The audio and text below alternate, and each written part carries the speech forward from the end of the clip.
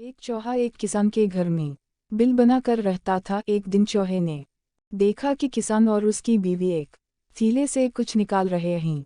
चौहे ने सोचा कि शायद कुछ खाने का सामान है। खूब गौर से देखने पर उसने पाया कि वो एक चौहेदानी थी। खतरा भांपने पर उसने घर के पिछले हिस्से में जाकर कबूतर को ये बात बताई कि घर में चौहेदानी आ गई है। कबूतर ने मजाक उड़ाते हुए कहा कि मुझे क्या, मुझे कौन सा उसमें पेंसना है। मायूस चौहा ये बात मरुख को बताने गया। मरुख ने मजाक उड़ाते हुए कहा कि जा भाई, ये मेरा मसला नहीं है। मायूस चौहे ने दीवार में जाकर बकरे को ये बात बताई और बकरा हंसते हंसते लोटपोट होने लगा। इसी रात चौहेदानी में कटाक की आवाज़ हुई जिसमें एक जहरीला सांप पेंस गया था। अंधेरे में उसकी दुम को चौहा समझ कर किसान की बीवी ने उसको निकाला और सांप ने इसे डस लिया। तबीयत बिगड़ने पर किसान ने हुकीम को बुलवाया। हुकीम ने इसे कबूतर का सूप पिलाने का मशवरा दिया। कबूतर अभी बर्तन में उबल रहा था।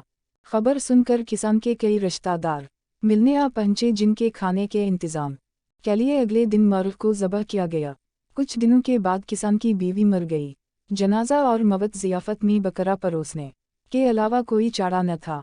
चौहा दूर जा चुका था, बहुत दूर। अगली बार कोई आपको अपने मसले बताए और आपको लगे कि ये मेरा मसला नहीं है तो इंतज़ार कीजिए और दोबारा सोचिए। हम सब खतरे में हैं। समाज का एक आजू, एक तबका, एक शहरी खतरे में है तो पूरा मुल्क खतरे में है। ज़ात, मजहब और तबके के दायरे से बाहर निकलिए। खुद तक महदूद मत रहिए, दूसरों का एहसास कीजिए।